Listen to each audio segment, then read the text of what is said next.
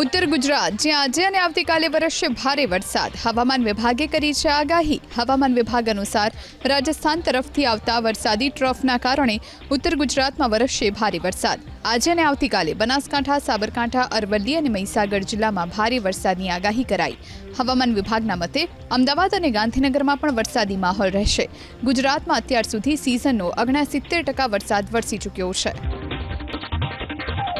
અમદાવાદ શહેરમાં વરસ્યો વરસાદ. શહેરના સાયન્સ સિટી, સોલા, ગોતા, થલતેજ, પ્રહલાદનગર, શેલા અને બોપલ સહિતના વિસ્તારમાં વરસ્યો વરસાદ. સામાન્ય વરસાદમાં એસજી હાઈવે પરના સર્વિસ રોડ પર પાણી ભરાયા. કર્ણાવતીથી ઇસ્કોન તરફના સર્વિસ રોડ પર બસ સ્ટેન્ડ આગળ પાણી ભરાયા.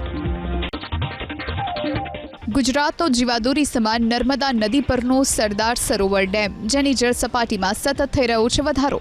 આ સિઝનમાં પ્રથમ વખત નર્મદા ડેમની જળ સપાટી પહોંચી ગઈ છે 130 મીટરને પાર.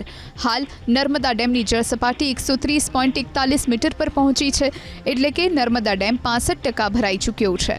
મધ્યપ્રદેશના ઓમકારેશ્વર અને ઇન્દિરાસાગર ડેમમાંથી પુષ્કળ પાણી છોડાતા નર્મદા ડેમમાં પાણીની પુષ્કળ આવક થઈ રહી છે. હાલ નર્મદા ડેમમાં 3,67,000 ક્યુસેક પાણીની આવક થઈ રહી છે.